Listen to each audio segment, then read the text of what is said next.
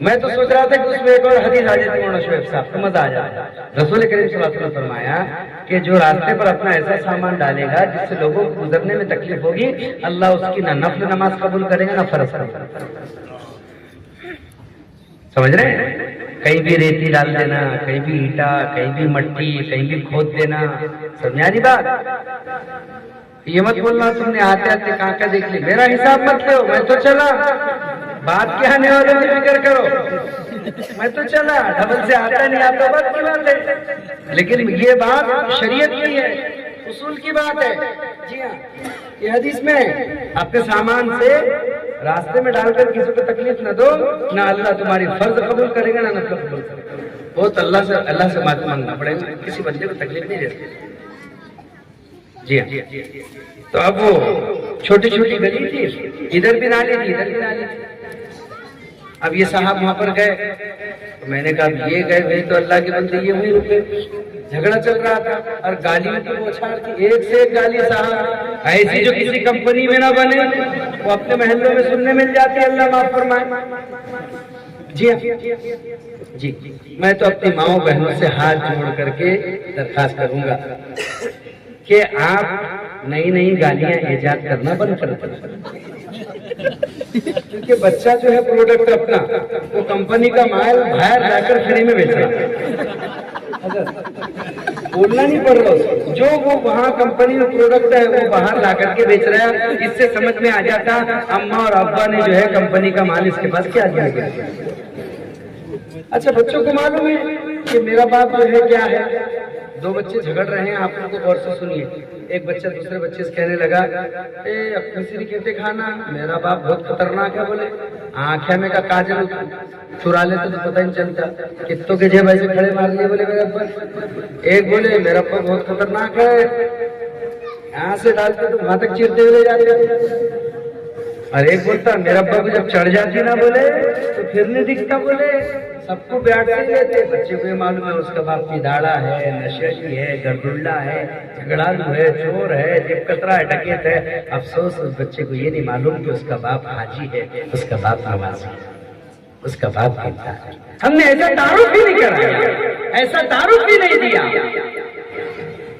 بچے کھانا کھا رہے ہیں گالیوں سے ملا ہوا، بچے کھانا کھا رہے ہیں چغلیوں سے ملا ہوا، اس لیے وہی نکل رہا ہے. جی ہاں، اے کاش کہ میری ماں کھانا بناتے بناتے سورہ فاتحہ گنگنا رہی ہوتی. اے کاش کہ میری ماں برتن مانجتے مانجتے استغفار پڑھ رہی ہوتی. اے کاش کہ میری ماں کپڑے دھوتے دھوتے درود شریف پڑھ رہی ہوتی. اے کاش کہ میری ماں جھاڑو دیتے دیتے سورہ فلق ناس پڑھ رہی ہوتی تو گھر میں فرشتے آج سے اترتے. ان بچوں کے دل دماغ پر ان صورتوں کا قرآن کا اثر ہوتا، اس لیے کہ جن بچوں کو کھانا پینا ان مقدس صورتوں کا ملے گا، قرآن کی روشنی کا ملے گا، ان کی زبانوں پر گالیاں جاتی ہیں. میرا جی چاہ رہا ہے کہ بولتا رہوں مگر ٹائم ہی جاتا نہیں دے. میں دارالعلوم میں پڑھتا تھا. ہمارے حافظ محمد ذاکر صاحب میرے استاد ہیں، بڑے شفیع، 50 سال سے ہی جگہ نام ہے. ہم ان کے پاس جا کر بیٹھ جاتے تھے چھٹیوں میں ششمائی. میں بیٹھا تھا تو کسی ملک کی جنگ چل رہی تھی تو بہت باتوں میں منہمک تھے. ہم بچوں کا سن بھی رہے تھے، باتیں بھی کر رہے تھے. ایک بچی آئی ہمارے نثار قریشی کی، وہ دھاگا لے کر کے آئی اور دھاگا لے کر کے آئی. اس نے کہا کہ پڑھ دو، ہمارا باپا بیمار ہے. تو حافظ صاحب نے مجھ سے کہا کہ تم پڑھ. اب میں بھی پڑھ رہا گاٹا مار رہا، میں بھی پڑھ رہا گاٹا مار. یہ بھی ایک بڑا مسئلہ ہے. اللہ ہماری حفاظت کرے. ہمارے تعویذوں سے اس لیے کسی کو شفا نہیں ہو رہی کہ جہاں ہم دے رہے وہ جنم کا بے نمازی ہے. دھانوں سے فائدے نہیں ہوگا. گلے میں دھان ڈالنا، پڑھ کر کے دھان دے کے دھان کھائے. ویسی موٹی رسی ہے نا چراڑ. آپ کے یہاں کیا بولتے ہیں؟ ہاں، دھاگا نہیں، چرٹ ہونا، چرٹ کی دھان. جب کچھ معاملہ اس لیے کہ نماز پڑھتے نہیں، سجدہ کرتے نہیں، اللہ کے سامنے روتے دھوتے نہیں، عبداللہ کو سناتے، اللہ کو نہیں سناتے. اس لیے بھائی دھاگا بھی اثر کرے گا، وظیفہ بھی اثر کرے گا جب فریضہ آپ کی زندگی. اس کے ساتھ یہ ہوتا ہے.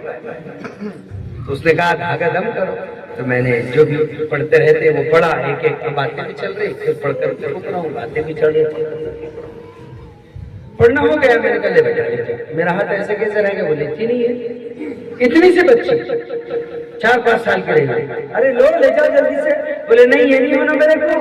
میں نے کہا کیا ہوا؟ سارے باتیں ٹیپ کر دیے بولے تم نے اس میں۔ میں نے کہا انا للہ و انا الیہ راجعون، کیا فہم ہے کیا سمجھ رہے ہیں؟ وہ حافظ ذاکر صاحب اور میں لوٹ پوٹ ہو کر کے ہنس رہے ہیں۔ بولے سب تم نے باتیں ٹیپ کر دی بولے اس میں، پڑھ بھی رہے بولے باتیں بھی کر رہے بولے میرے کو دوسرا ہونا بولے تو 1 روپیے کا دھاگا بلا کر دیا حضرت اور خالص اس کو پڑھ کر کے پھر ہم نے دیا۔ ایک بچی بھی سمجھتی ہے کہ بھیسڑ نہیں جمتا، ہمارے گھروں میں بھی کھانے میں پکانے میں اٹھنے میں بیٹھنے میں سب بھیسڑ آ رہا ہے، ہم خالص کرو۔ پھر دیکھو بچے گھر سے عبد القادر جیلانی کی نقل کرتے ہیں کہ پھر امام غزالی اور رازی کی نقل کرتے ہیں، فخر الدین رازی کی نقل ہوتی ہے، شیخ الاسلام مدنی کی نقل ہوتی ہے، حکیم الامت کی نقل ہوتی ہے، شیخ الاسلام کی نقل ہوتی ہے، یہ حکیم الاسلام کی نقل ہوتی ہے۔ پہلے ذرا تھوڑا سا آنکھ کے دیکھو اس طریقے ہمارا مسئلہ ہے۔ میں نے کہا بھائی جاؤ، وہ بھی گئے تو وہ بھی ابھی تک آئے نہیں، پتہ نہیں کیا مسئلہ ہے۔ دوسرے کو بھیجا، اللہ ان کو لے کر آؤ، تم بھی ادھر کے مت ہو جانا، ایسا کیا ہے؟ کیونکہ جھگڑا دیکھنے بہت مزہ آتے لوگوں کو۔ گھر میں اگر عورتیں اگر کھانا بنا رہی ہے، بازو میں جھگڑا سنا آیا تو ایک دم دور سے بھی آتا ہے کیوں کیا ہوگا، خاموش رہنا، میں نے سن رہے وہ کہ کیا گالیاں دے رہے ہیں، اتنے ذوق اور شوق کے ساتھ گالیاں سنی جاتی ہیں، خاموش سنن نہیں دیتا۔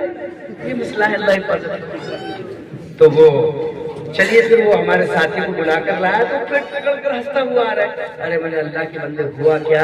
کچھ نہیں بولے، 2 عورتوں کا جھگڑا چل رہا ہے، بولے مطلب ہوتے رہتے اس میں کیا ہے؟ میرے بولے ایک سے گالی چل رہی ہے، یہ بھی بات ہے، یہ بات نہیں بولے جس چیز کے عنوان پر جھگڑا چل رہا ہے وہ بہت خطرناک۔ مطلب کیا ہو گیا ایسا؟ ارے بولے نالی ہے، بولے نالی کے کنارے کسی بچے نے پیخانہ کر دیا، تو یہ عورت بولتی بولے کہ تیرے بیٹے نے آگے یہاں پیخانہ کرا، میں نے دیکھی۔ وہ بول رہی بولے کہ نہیں یہ نہیں، میرے بیٹے نے پیخانہ کر رہی۔ ارے بولے تیرے بیٹے نے کرا، یہ تیرے بیٹے کا پیخانہ ہے۔ وہ بولے یہ میرے بیٹے کا پیخانہ ہے ہی، میں میرے بیٹے کا پیخانہ پہچانتی۔ بولے ہاں، بولے میرا بیٹا پتلا ہٹتا ہی نہیں۔ بولے انا للہ و انا الیہ راجعون، کیا تماشا بنا رکھا ہے، یہ کوئی لڑنے کا عنوان ہے؟ اب ہگی مٹی مٹی پر بھی لڑتے رہیں گے۔ اللہ معاف فرمائے، ایسا اگر ہو جائے بھائی، اگر یہ دیکھو جی تمہارے بچے نے پخانا کر دیا میرے گھر کے سامنے، کوئی بات نہیں باجی، میں اس سے کیا بولتے اس کو، وہ آکوڑے سے پھینک دیتی نالی میں، جھنجھٹ ختم، جھگڑا ختم۔ ذرا سی بات پر لڑنا بگڑنا، لوگوں کو تماشا بتانا، یہ مناسب نہیں ہے۔ اس لیے اپنے گھروں میں سدھار لاؤ، ذرا سی باتوں پر مت لڑو۔ اس لیے اگر کوئی بچے کو ڈانٹ دے ڈپٹ دے، تھوڑا برداشت کر دیا کرو۔ ہر کوئی آپ کے بچوں کو سکھانا چاہتا ہے، سکھانا چاہتا ہے، کریں گے انشاءاللہ۔ زور سے بولو انشاءاللہ۔ اللہ تعالیٰ تمہیں مجھے عمل کی توفیق عطا فرمائے، اسلام پر زندہ رکھے، ایمان پر ہم سب کا خاتمہ فرمائے۔ اللہ تعالیٰ ماشاءاللہ مولانا شعیب کو، ان کے رفقا کو، ان کے ساتھیوں کو بے انتہا قبول و مقبول و محبوب و مندوب و منظور و مشکور و مغرور فرمائے، آمین۔ بھائی ایک اعلان یہ ہے کہ